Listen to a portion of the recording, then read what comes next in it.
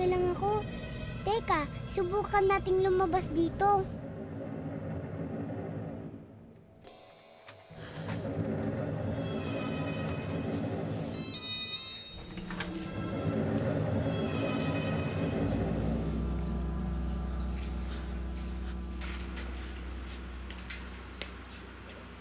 Ched. Ched.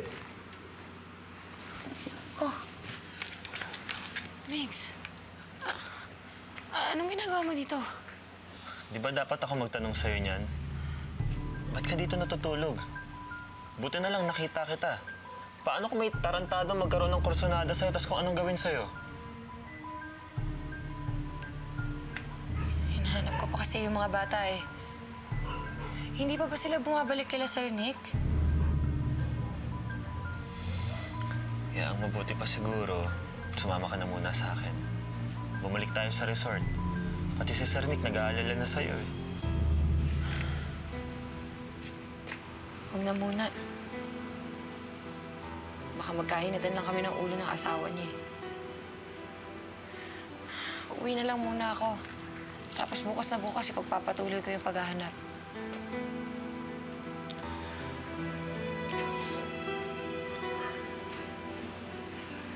Hindi naman kami humihinto sa paghahanap, Ched eh.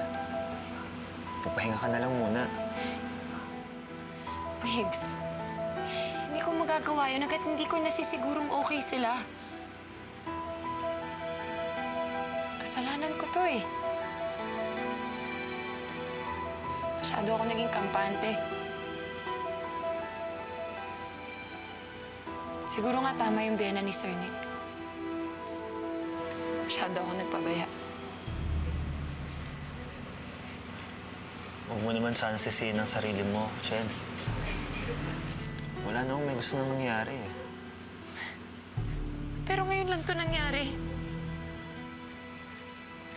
Kaya nga natatakot ako eh.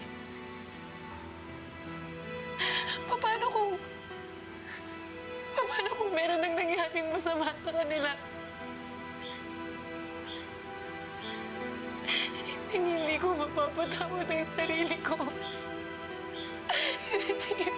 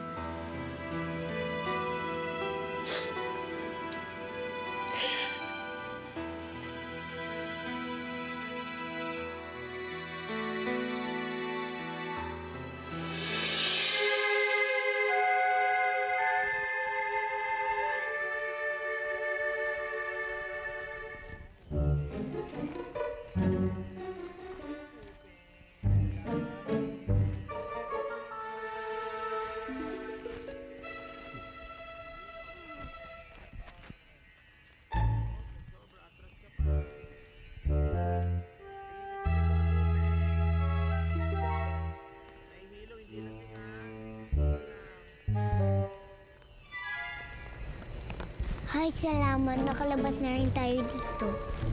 Ate? Ate, nasaan na tayo? Baka meron aswang dito o kaya halimaw o kaya mumu. Ano ka ba? Di ba sabi ko, huwag ka naman takot? Tsaka, wala namang mumu dito eh.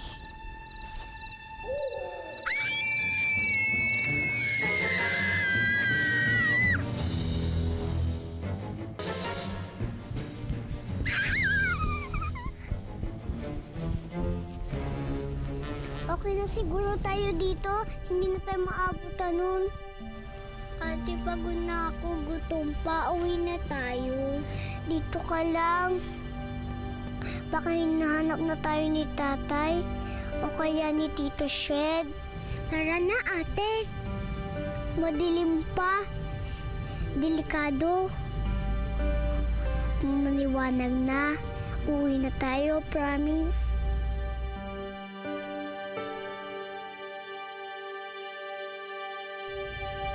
Nakikita mo ba yung nakikita ko? Ate, may kubo, oh.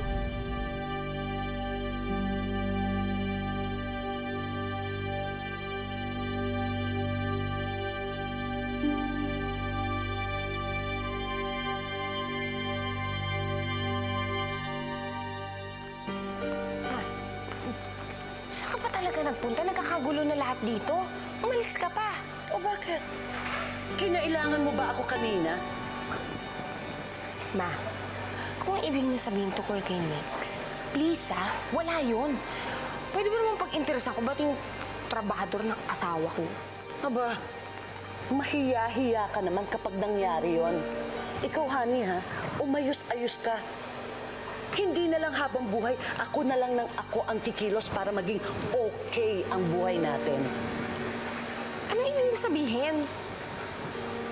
Wait. Don't tell me ikaw ang kumilos para mawala yung dalawang bata?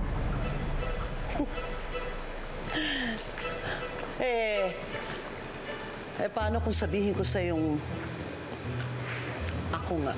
Ano? Naman, saan mo dinala yung dalawa? Anong ginawa mo? Oh, huwag mo sabihin sa akin talaga nag-aalala ka sa mga batang yon, ha? Ako? Of course not. Wala akong paki dun sa dalawang yun. Nagtataka lang ako kung paano mo ginawa. Wala kang bilib sa akin, eh. Bueno, huwag mo nang alamin kung ano at kung paano ko ginawa yon. Ang importante sa lahat ngayon, wala na sa landas natin ang mga batang yon.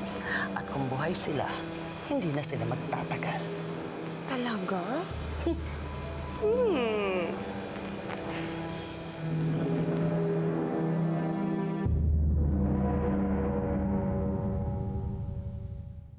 Mas mapapabilis siguro ang paghahanap nila kung magbibigay ako ng reward. Alam ko, nandyan lang kayo. Huli kayo! 2 milyon sa kung sino man ang makakapagbalik kay Trudy sa tuping.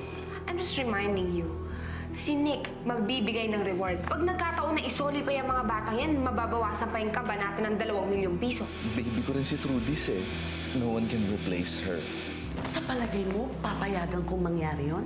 At saka wala nang magsusoli sa mga bata dahil wala nang makakakita sa kanila. I took care of it. You took care of what?